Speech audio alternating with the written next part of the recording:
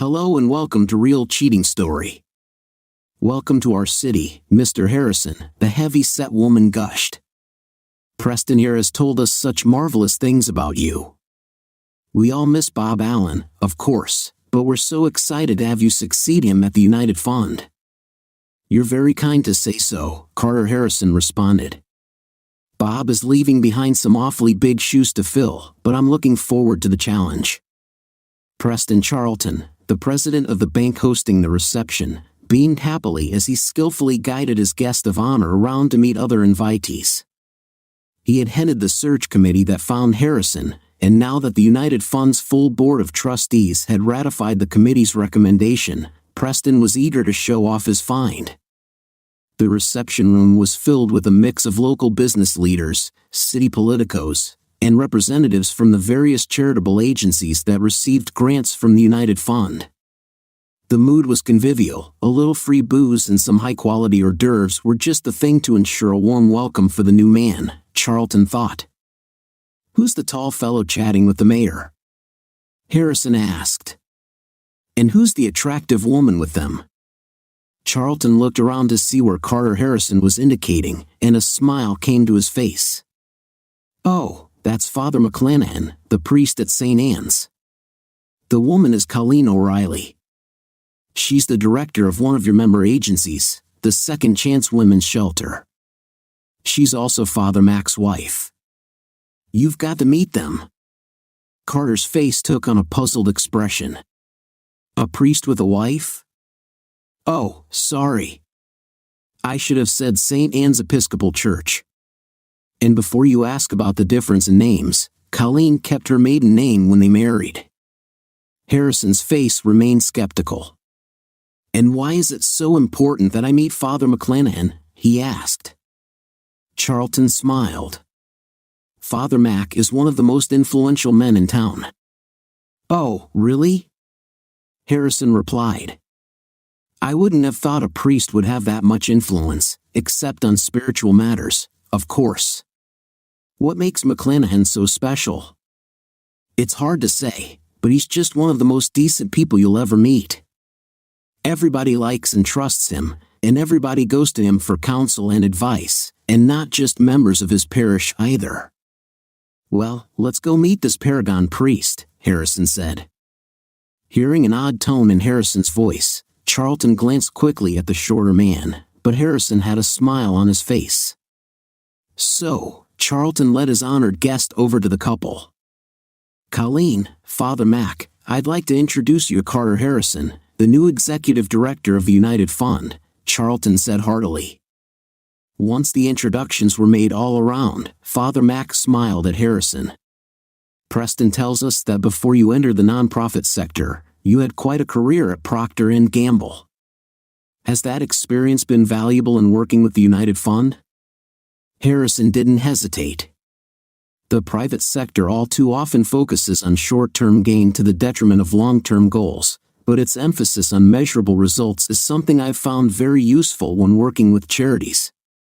You'll find that I'm a very results-oriented individual." Then he turned to Colleen. "One of the techniques I've used very successfully is to establish small interagency task forces to tackle some of the issues that communities face. Miss O'Reilly, Preston here tells me that you're one of the most energetic and successful agency heads in the city. Perhaps I could persuade you to lead one of those task forces?" Colleen blushed at the unexpected compliment. "I'd be honored, Carter.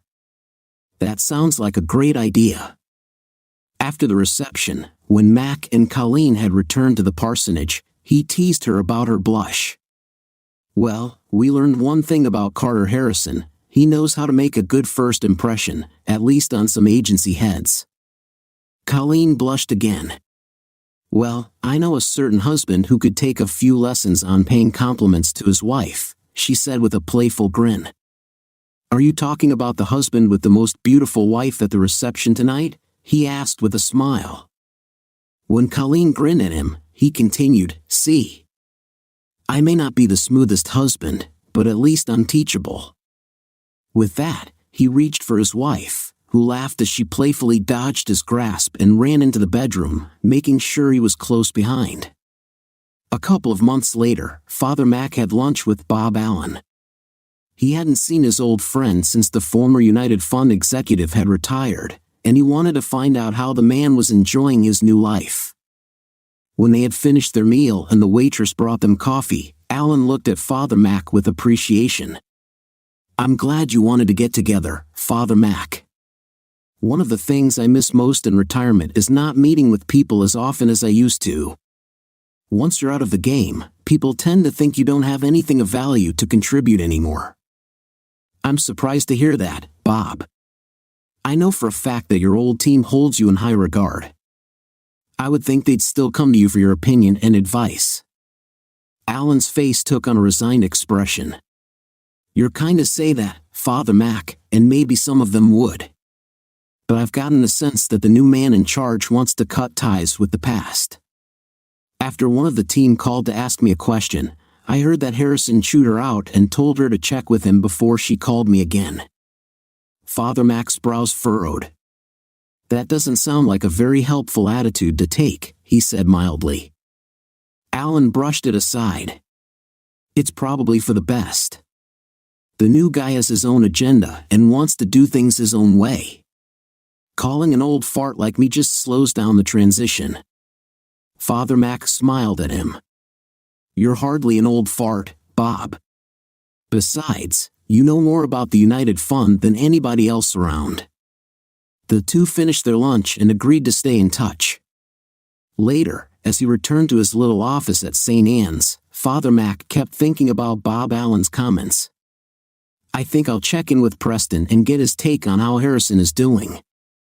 Charlton's secretary was a member of Father Mac's congregation, and she was happy to put her priest straight through to the bank president. "What can I do for you, Father Mac?" Charlton said warmly. "I hope you're not calling to scold me because I missed Mass last Sunday." Father Mac laughed. "If I had to scold everyone who ever missed a service, I wouldn't have time for anything else. No, I just thought I'd touch base with you about our new United Fund exec and see how he's working out." "He's doing great," Charlton exclaimed immediately. "He's already been calling on major donors and has gotten a number of them to agree to an increase, even before the campaign begins. That fellow is a go-getter. I think we've found a real winner." "That's great news, Preston," Father Mac responded. "I was a big fan of Bob Allen, and when he left, I was worried that we'd have a hard time finding a suitable successor. But it sounds like you've done really well for us." The call with Preston reassured Father Mac, and he decided that his earlier concerns had been unnecessary. Accordingly, when he went by the United Fund office a week later to meet with one of the account executives, he had largely forgotten his earlier unease. On his way back to Bill Simpson's cubicle, he passed Marge Terrell's desk and gave her a friendly wave. "How's my favorite bookkeeper today?" he asked pleasantly. He had actually never been formally introduced to the older lady, but she had been a fixture at the United Fund for years and always had a smile and a warm greeting for the priest. When he reached Bill Simpson's desk, the two men began to talk about the homeless audit they hoped to conduct in the coming months. Working with the homeless was an area of special interest for Father Mac, and St. Anne's regularly conducted clothing drives and operated a soup kitchen to help them. After they finished their discussion, Bill asked Father Mac not to leave right away. "Have you got time to get a cup of coffee with me in the break room, Father Mac? There's something else I'd like to discuss with you." Something in the way the man asked caught Mac's attention, and he quickly agreed. When they reached the break room, Bill looked in to make sure it was empty and then poured cups of coffee for the priest and himself. Once they were seated, Father Mac asked, "So, what did you want to talk about, Bill? Is everything okay?" The young man glanced around furtively and then said in a low voice, "Not really, Father Mac. Actually, I'm thinking about leaving the United Fund. This place has changed, and not for the better." Father Mac frowned and lowered his voice as well. "I'm sorry to hear that. What's the problem, Bill? What's going on?" It's him, Father Mac. The new boss, he said conspiratorially. He's a real micromanager. He's got everybody looking over their shoulders, scared he's going to chew us out for not doing things exactly the way he wants them done, Bill said, his frustration clear. Father Mac gave a small shrug. We both know Bob Allen was pretty easygoing when he was here, Bill. Are you sure this isn't just a case of Harrison trying to tighten things up a little? Simpson shook his head emphatically. It goes way beyond running a tight ship. The man's a petty tyrant. Everything has to be done his way, on his time. If it isn't, he makes sure you and everyone else know about it. He leaned closer to the priest. He's already run off a couple of people, and there are others besides me who are thinking about leaving. I've been here 8 years and want to stay, but I don't know how much longer I can stick it out. Father Mac shook his head. That's very disturbing news, Bill. I had no idea things were that bad. Simpson gestured to make his point. I know what the problem is, Father. He's got short man syndrome. He's like a chihuahua, always barking at the top of his lungs because he wants everyone to see how fierce he is. He abruptly checked his wristwatch. My break time's almost up, Father Mac. I've got to get back to my desk, or I'll catch hell for being late. No offense. I'll walk back with you, Bill, the priest told him as he stood to leave. Please keep me posted, and don't do anything hasty, okay? The conversation left Father Mac troubled, and he frowned as he made his way toward the entrance. Looking up, he was startled to see the very person they had just been discussing. The United Fund executive approached him quickly. Well, Father Mac, Harrison said in a hearty tone that felt insincere to the priest, what a surprise to see you here. Are you conducting a surprise inspection? The aggressive tone caught Father Mac off guard, and he responded defensively. No, Carter, not at all. I've just been working with one of your team members on the homeless issue. I came by to get some information from him, that's all. I've got the latest homeless data in my office, Harrison said curtly. Come this way. Father Mac felt he had no choice but to comply, so he followed the man, feeling weary. Once in the office, Harrison handed him a file and looked at him closely. I hear you've been checking up on me, Harrison said. If you have any concerns about my work, you should come to me directly, Father. No, Carter, I haven't been checking up on you, Father Mac said uncomfortably. The United Fund is important to this community, and I just wanted to see how it's going under the new leadership. I appreciate the interest, Father, but I think you'll find the organization is doing very well. From now on, if you need further information, come to me, and I'll handle it. Sure, Carter, sure, Father Mac said quickly. I'll do just that. Then, he turned and made his way out of the building, wondering at the prickly reception. What did I do to get under his skin like that? He asked himself. He was still unsettled by the encounter when Colleen got home from work that evening. When she mentioned she'd spent part of the afternoon working with Harrison's task force, his ears perked up.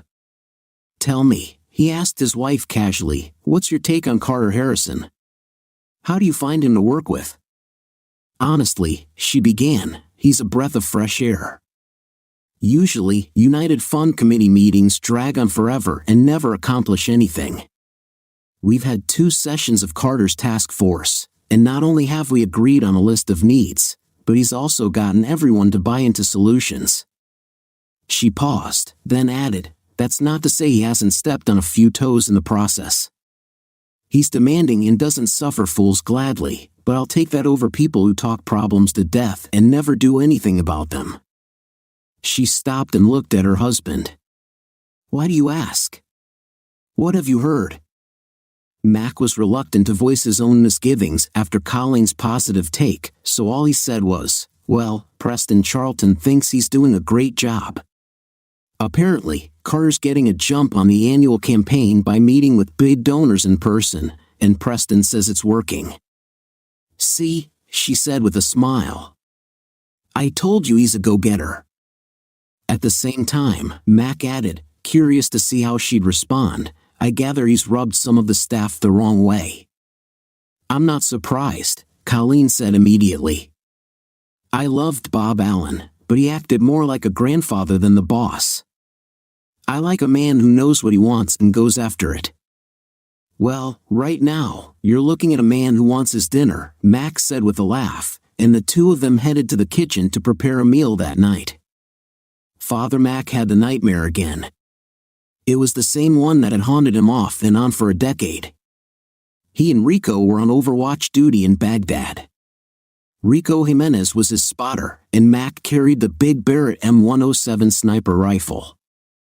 The two men had been paired for 18 months and had grown extremely close. It takes a special chemistry to make a good sniper team, and Mac and Rico were one of the best. An Iraqi sniper had been tormenting their battalion for weeks, firing on them intermittently and causing numerous casualties and several fatalities.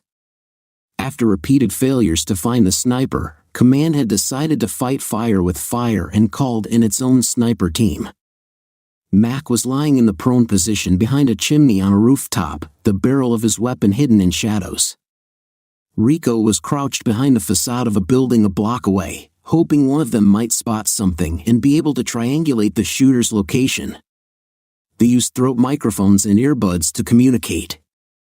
It was only their second day on watch, but already Mac could tell it was going to be a challenge. No one had had any luck spotting a muzzle flash, as the irregular streets and alleys of Baghdad caused sound to reverberate from multiple directions. As Mac lay there sweating in the late afternoon sun, he could hear the amplified voice of a muezzin in the distance, calling the faithful to prayer. Just then, a gunshot rang out, followed by a scream from somewhere down below. Rico's voice whispered in his ear, "I've got action here, on the street half a block from my position." There was a pause, then Mac heard, "Ah, it's a kid. A little girl, can't be more than 9 or 10 years old. She's been shot in the leg." Another pause. "She's bleeding bad. She's trying to drag herself out of the street, but she can't do it. Damn it, I can see faces in the doorway, but no one will come up to help her." Then Rico's voice got louder. "I'm going down there, Mac. Cover me." "No, wait," Mac implored him. "Let me get help, call in a squad." No time, Rico came back. "She'll bleed to death before they get here. Keep me covered." Quickly, Mac scooted forward as far as he dared and swiveled the scope on the big rifle, searching for the wounded girl while still trying to maintain his own cover. A minute later, he spotted Rico's figure in a doorway. After taking a few moments to check his surroundings, Rico burst out of cover and ran to the little girl's side. He scooped her up in his arms and turned to run back to the building when a second shot rang out. Rico screamed, the sound almost deafening through Mac's earpiece, and through his scope, Mac could see blood spurting from a wound in Rico's thigh. Rico fell heavily, twisting to try to cushion the little girl. "Talk to me. Can you move? Can you get out of there?" Mac yelled. "Son of a, that hurts," came Rico's voice. "I think he hit the bone. I'm stuck, Mac." Adrenaline surged through the tall sniper. "Hang on, compadre. I'll be down in a second," he yelled. "No! Don't move, Mac. Don't you see? It's a trap. He wants you to come out so he can get you too." "No way, man. I'm not leaving you there. Stop, Mac. Stop and think about it. This guy could have killed me easily, but he didn't. He crippled me, Mac. He's using me for bait, just like he used the little girl. Stay put, hermano. Don't give him what he wants." Mac fell back against the facade in despair. He knew his spotter was right, but the idea of leaving him lying in the street was unbearable.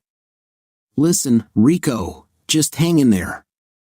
We'll get some armor in here to screen you, then pull you out of there quick." Sure, Mac, Rico said, though his voice sounded unnervingly calm. There was a long pause, then Rico spoke again. Mac, I want you to do something for me. Sure, Rico. Anything. I want you to pray for me. Rico. I'm not a religious man. I don't know any prayers. That's okay, Mac. I'll coach you. Just repeat after me. Rico, why are we doing this? Mac asked, his voice catching in his throat. You know why, Mac, came the calm reply. It won't be long until he figures out you're not coming. Now, I'll go nice and slow, and you repeat what I say. Ready? Our Father, who art in heaven. With tears streaming down his face, Mac repeated the prayer one phrase at a time until he reached, lead us not into temptation, but deliver us from evil. That's when the third shot came, silencing Rico forever. Cursing and crying, Mac frantically scanned the surrounding buildings. He felt ashamed that he hadn't spotted the killer, that he hadn't been able to protect Rico. At the same time, he felt guilty for not knowing any prayers to comfort his friend in his last moments.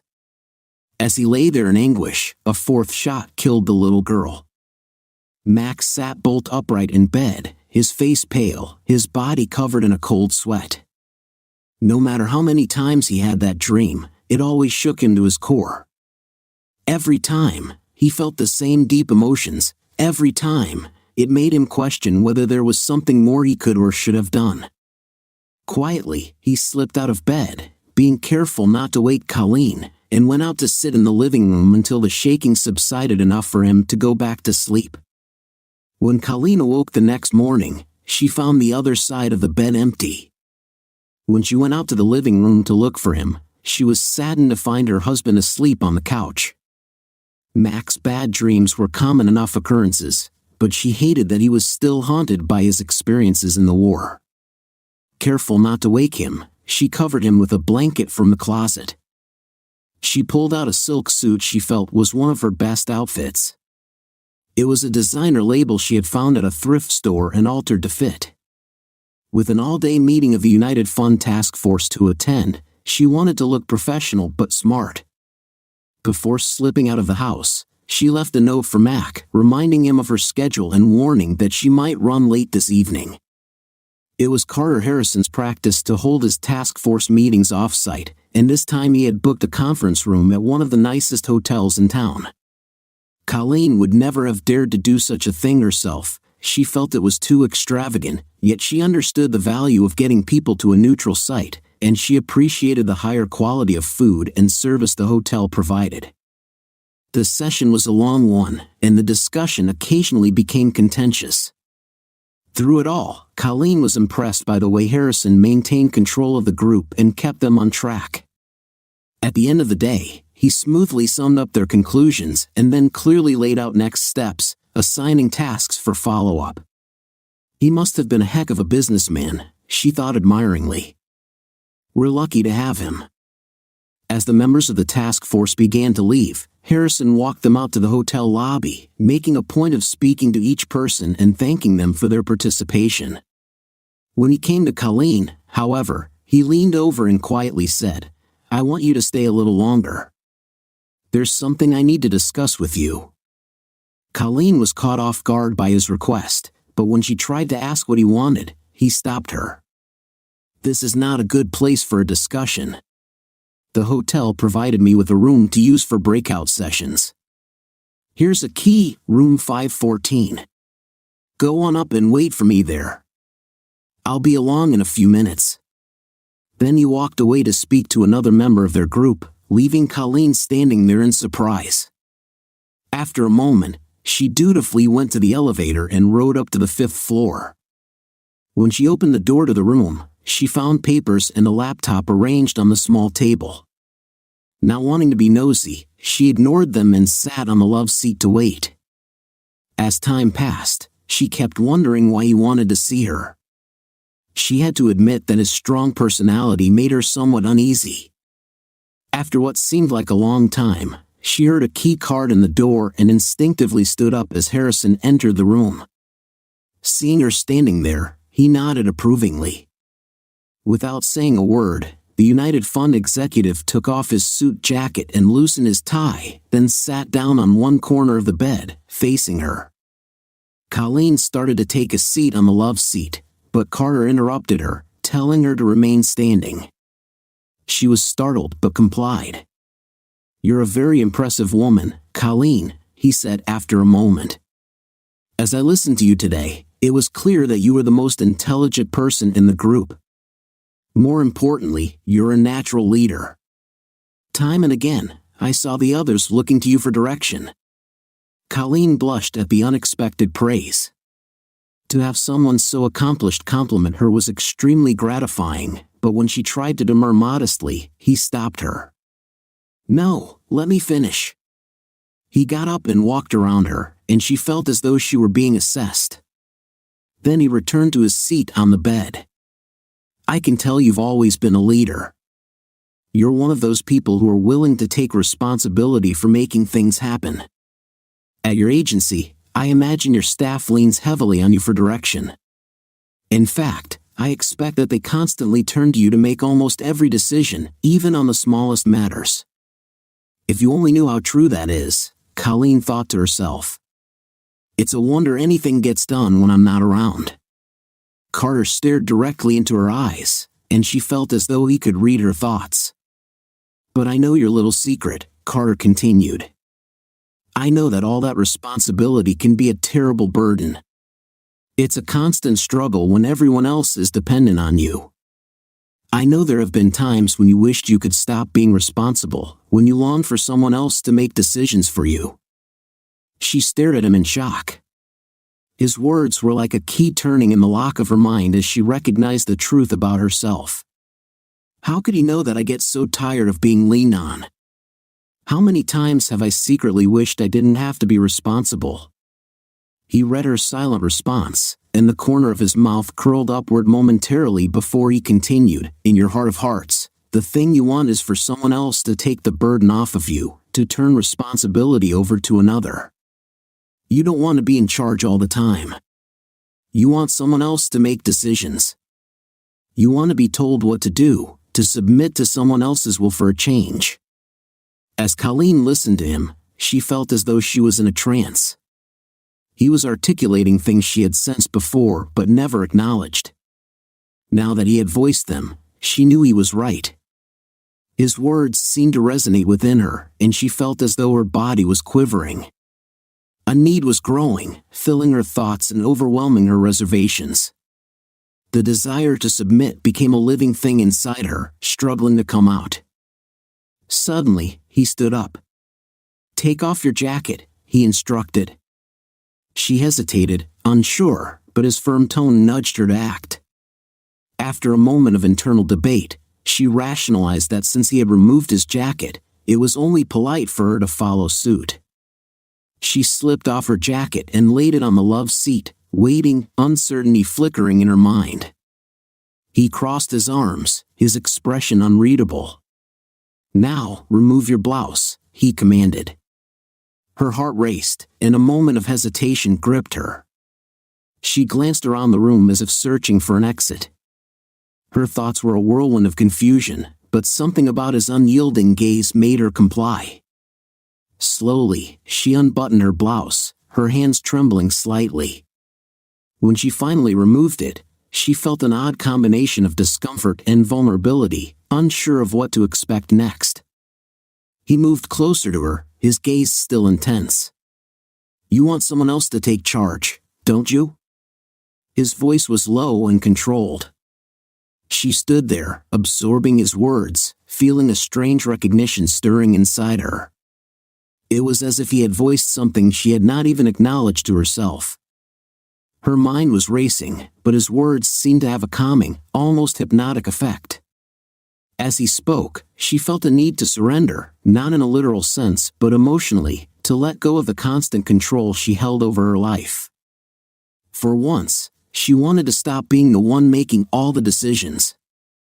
He stepped back, his eyes scanning her face. "Trust me," he said softly. Let go. The vulnerability she felt became almost palpable, and for a moment, she allowed herself to lean into it. This wasn't about power or control in the way she feared. It was something different, something she hadn't quite figured out yet. After what felt like an eternity, he walked to the other side of the room, leaving her standing in the quiet aftermath of the moment. She was left questioning herself, caught between relief and confusion. When he left the room, he did so without ceremony, gathering his things as if the meeting had ended. Colleen stood frozen for a moment, then slowly moved to the bathroom, staring into the mirror. Her reflection felt foreign, as if she were looking at someone else. As she tried to fix her makeup and hair, the same question echoed in her mind. Who am I? What just happened? She didn't have the answers yet, but she knew something had shifted inside her. Finally satisfied that she had done all she could to make her appearance normal, she prepared to leave. After retrieving her purse, she walked to the door, opened it cautiously, and peeked out to see if anyone was in the hallway. When she saw it was clear, she hurriedly closed the door behind her and scurried to the elevators. As she was waiting, a maid emerged from a room, pushing a cleaning cart. As she passed Colleen, she gave her a strange look. Oh God, Colleen thought, I wonder if she heard us. Thankfully, the elevator door opened at that moment, and Colleen hurried inside. Colleen drove home in a daze, her mind filled with images of what had just happened at the hotel. How could I have done that? She kept asking herself. Why didn't I stop him? The embarrassment of standing naked in front of a fully clothed Carter haunted her. The picture of her compliant body draped over the love seat tortured her. But what bothered her most was the way she had responded to the entire experience. She couldn't believe how she had acted, but she couldn't deny the levels of excitement she had reached. As she drove into their neighborhood, her attention shifted to Mac, and she was filled with guilt. I just committed adultery, she thought in horror. Oh God, I can't believe I cheated on Mac. I love him so much. How could I do that to him? Knowing she would have to face him soon filled her with dread. He'll know right away what I've done, she imagined, and she began to cry in self-pity. But as she neared the house, she angrily wiped the tears from her cheeks. It's a little too late for those now, she told herself. Yet when she went in and found that Mac had already prepared dinner for them, she began to panic. The idea of sitting across the table from him after what she had just done was more than she could bear. Honey, I don't feel very well, she told him. My throat is sore, and I think I might be coming down with something. I'm going to skip dinner, get in bed, and see if a good night's sleep will help me fight this off. Mac was concerned, but she assured him she would be all right and urged him not to let his dinner get cold. When he finally went back to the table, she slipped off to the bedroom, closed the door, got undressed, and climbed into bed.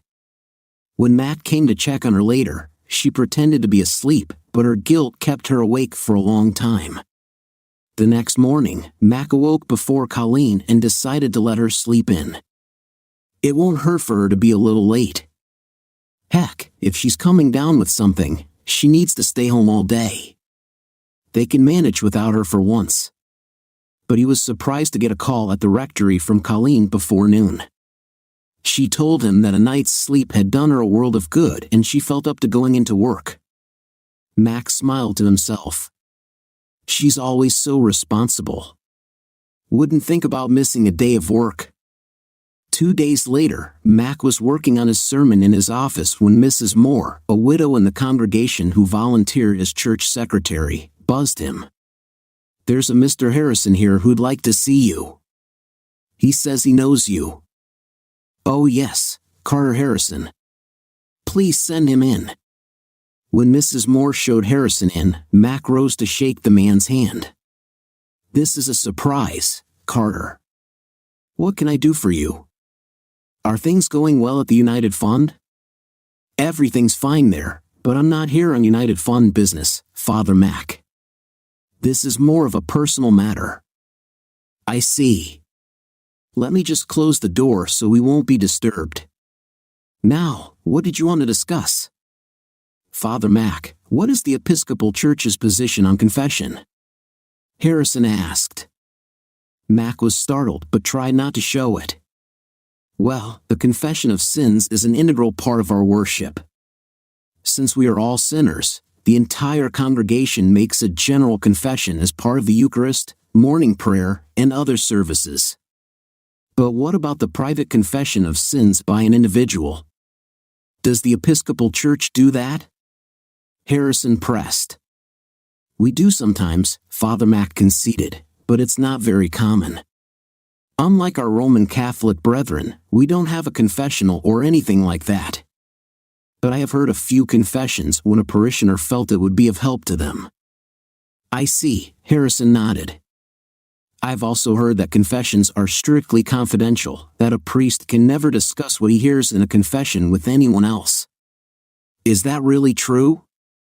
What you're talking about is called the seal of confession. Put simply, that means that any sin confessed to a priest must be held in strict confidence. The priest must maintain that confidence under all circumstances, even after the death of the person who made the confession. Mac paused and looked at Harrison carefully. Carter, are you here to make a confession? Yes, Father Mac. I think I'd like to do that. So what do we do next? You said there was no confession box here. Do we go into the sanctuary? Mac smiled. We believe where a confession is made is irrelevant. St. Anne's is a relatively low church, and I prefer to keep things nearly informal. The few times I've heard a personal confession, I've done it in my office. We're less likely to be disturbed that way. That's good, Harrison agreed. I definitely want to keep this just between you and me. Very well, Mac said. We can get started. When I've heard confessions before, the person seeking it had done something that weighed heavily on his or her conscience, and they were looking for absolution to ease that burden. Is that how you feel? Oh yes, Harrison agreed quickly. All right then, what is it you wish to confess? Harrison leaned toward Father Mac and stared intently at him. I want to confess the sin of adultery, he said in a clear voice. Father Mac hesitated. I don't understand, Carter. I thought that you were divorced. Father Mac said, and then caught himself. Oh, I see. You mean that you had sexual relations with a married woman? That's right, Harrison said. I seduced another man's wife. He then gave a half-smile. Do you want me to tell you the name of the woman? No, Father Mac said, not if you don't want to. I'd rather not, Father, because you know her. The thought that an acquaintance was involved saddened Father Mac, but he put that aside to focus on the man before him. Harrison's tone seemed almost smug, which irritated Father Mac. If you knew it was wrong, why did you do it? He asked sharply. Oh, the usual reasons, I guess, Harrison said casually. I could tell that she was interested, and I guess I just couldn't resist the temptation. Father Mac looked at Harrison, wondering if the man was making some kind of joke. Carter, I have to say that for a man making a confession, you don't seem very remorseful.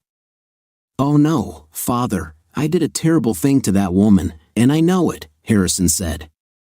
Father Mac decided to let it go. Very well. Is there anything else you need to confess? No, Father, just one serious sin for today. So what do I do now? Say some prayers? The flippant tone of voice was still there, but Father Mac decided not to call Harrison on it. You can if you wish, but I'd rather you spend some time reflecting on what you've done and the harm it can cause to everyone involved, not the least to yourself. He picked up a copy of the Book of Common Prayer and handed it to the man. I'd also like you to find some quiet time and turn to the service of the Holy Eucharist. Find the General Confession of Sin, read it, and then incorporate it into your own prayers. And you ought to go to your Bible and refresh yourself on the 10 Commandments, especially the 7th. Harrison took the book from Father Mac and nodded. Then he smiled at the priest and stood up. "I'm glad I did this, Father Mac. I feel so much better." With that, he turned and left. Father Mac returned to his desk and tried to make sense of what had just happened. He was surprised that Harrison had sought him out in the first place. Mac had never seen him at St. Anne's before, and as far as he knew, the man didn't attend church anywhere else. His request for confession was an even greater surprise. But Father Mac had seen enough of humanity to know how unpredictable any given individual could be. At the same time, he was disappointed to learn what Harrison had done. All people are fallible, as Mac knew full well, but he still felt that someone in Harrison's position had a special obligation to act responsibly. He wondered what repercussions Harrison's actions might have on the people involved and, worse, if it could adversely impact the United Fund itself.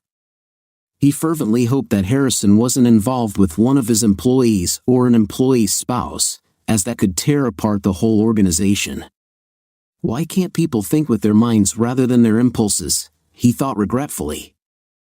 But beyond these considerations, what kept nagging at Mac was the disconnect between what Harrison said he wanted and his attitude. Why would he want to confess his actions if he wasn't serious?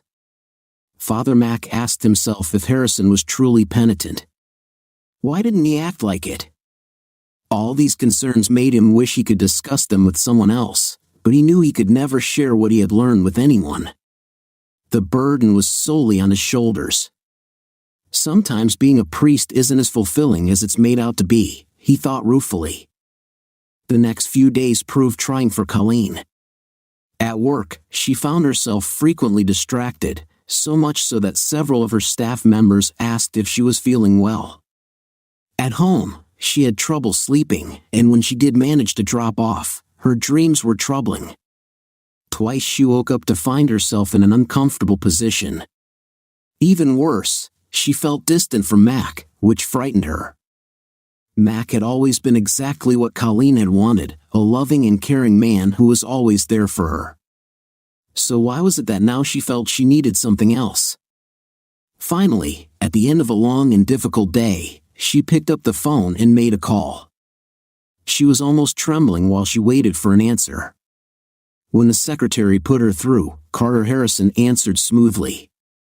"Good afternoon, Miss O'Reilly. What can I do for you today?" Colleen's throat tightened, and her mouth went dry. She forced herself to speak, but her voice came out as a whisper. "Carter, I need to see you again." There was a brief silence on the line, and then his voice came through with a tone that made her think of snakes. "Would you repeat that, please, Miss O'Reilly?" She realized he had heard her the first time. Nevertheless, she swallowed and tried again. "Mr. Harrison, sir, I need to see you again. I really need you." When she heard him laugh, she shuddered. The weekends were always busy for Father Mac. Inevitably, there were last-minute preparations for Sunday services, a final edit to his sermon, calls about floral arrangements, and last-minute notices from the parents of acolytes. The list seemed endless. So when Colleen told him on Friday that she would need to go into work on Saturday afternoon, Mac was actually relieved. When she was at home, he felt an obligation to give her his attention, and on Saturdays like this one, that would be difficult if not impossible. When she returned home later that evening, Mac was shocked by Colleen's appearance. Her face was drawn, and she seemed stiff and achy. Once, when she sat down too quickly on the couch, she winced. He asked what was wrong, but she dismissed his concerns. "I think my period may be coming early this month, that's all," she told him. Once again, she went to bed early without eating anything, and Mac made a mental note to insist she see her doctor for a checkup. On Sunday, she didn't feel up to attending either morning prayer or mass, which only fueled Mac's concern. After the last parishioner had left the parking lot at St. Anne's, Mac hurried home, stopping only to pick up some fast food that he knew Colleen liked. When he got there, he was greatly relieved to find his wife up and about.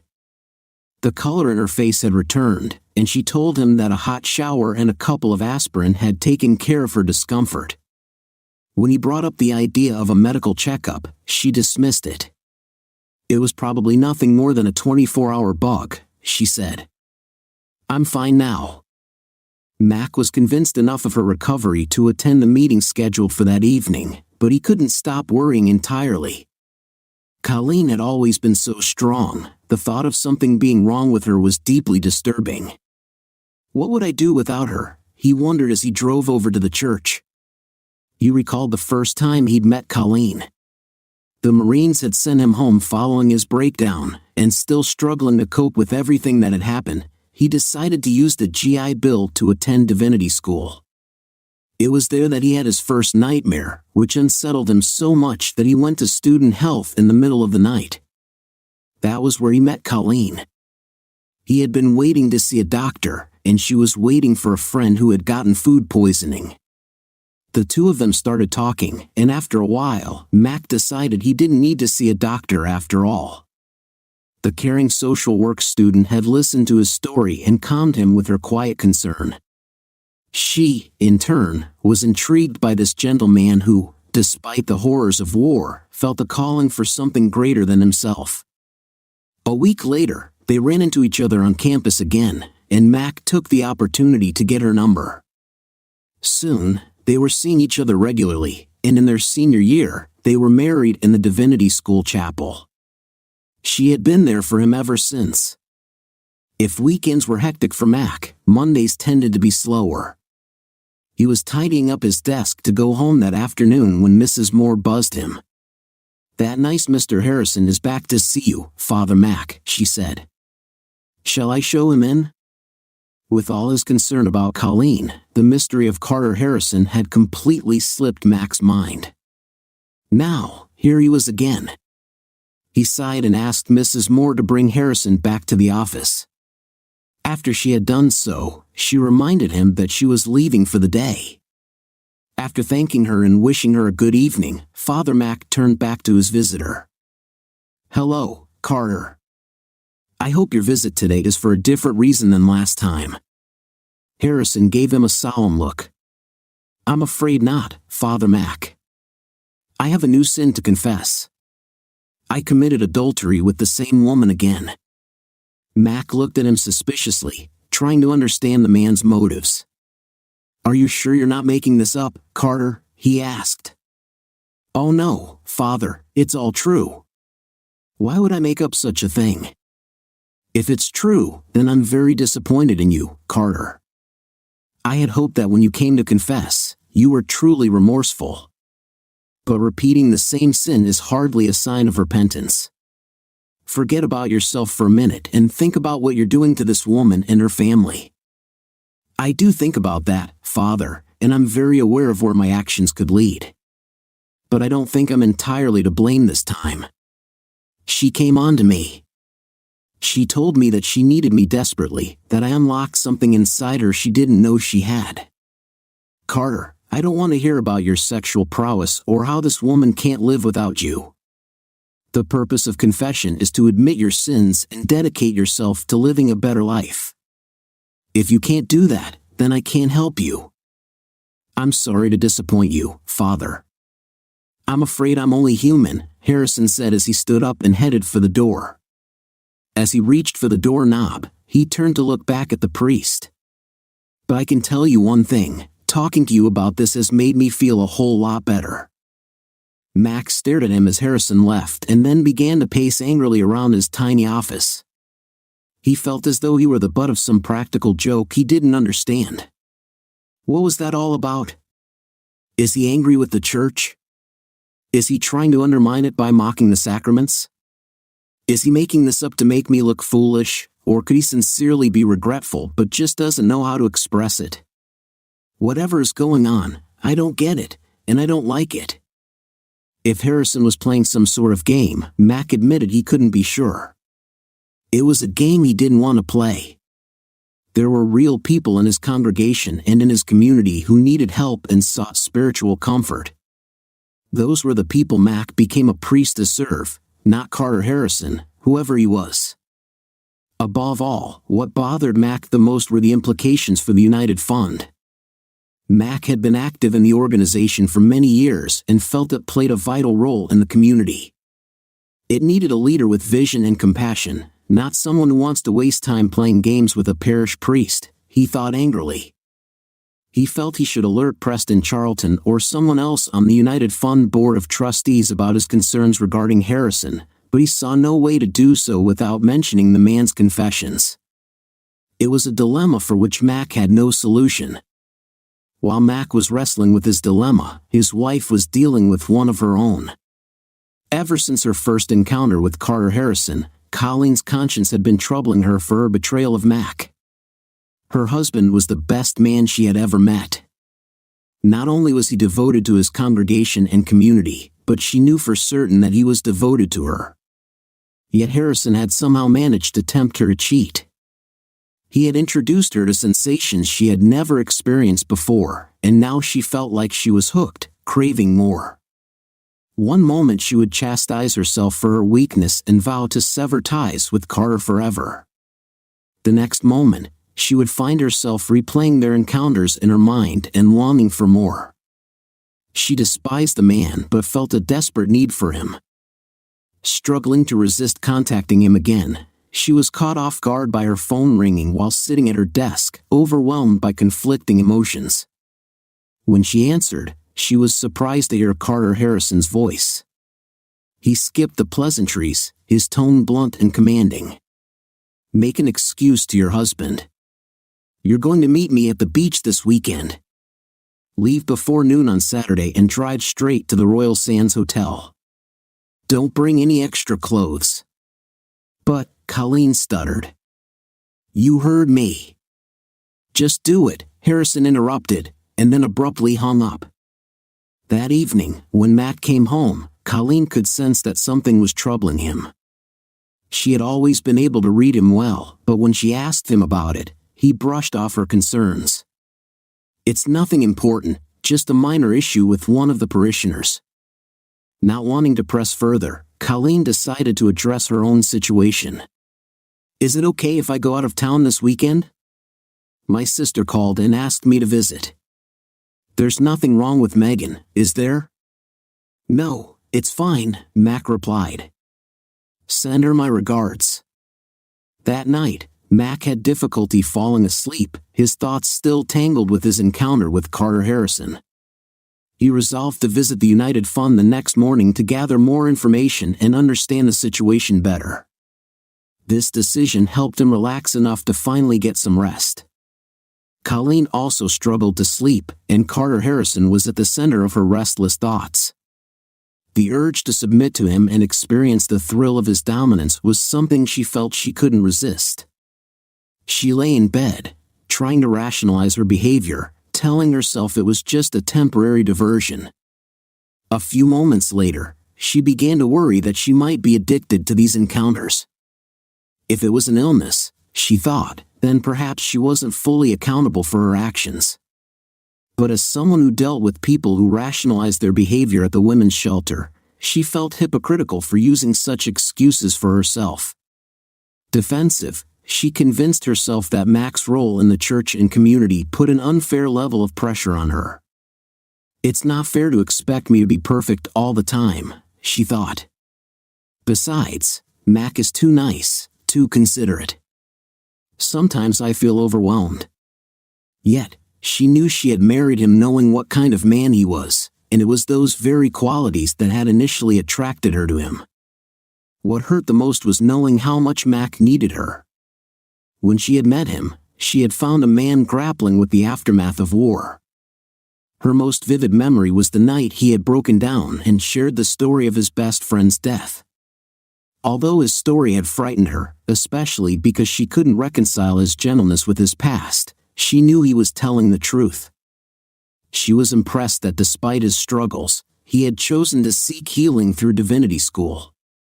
She took pride in helping him rebuild his life and earn respect in the community, even as he maintained his modest demeanor.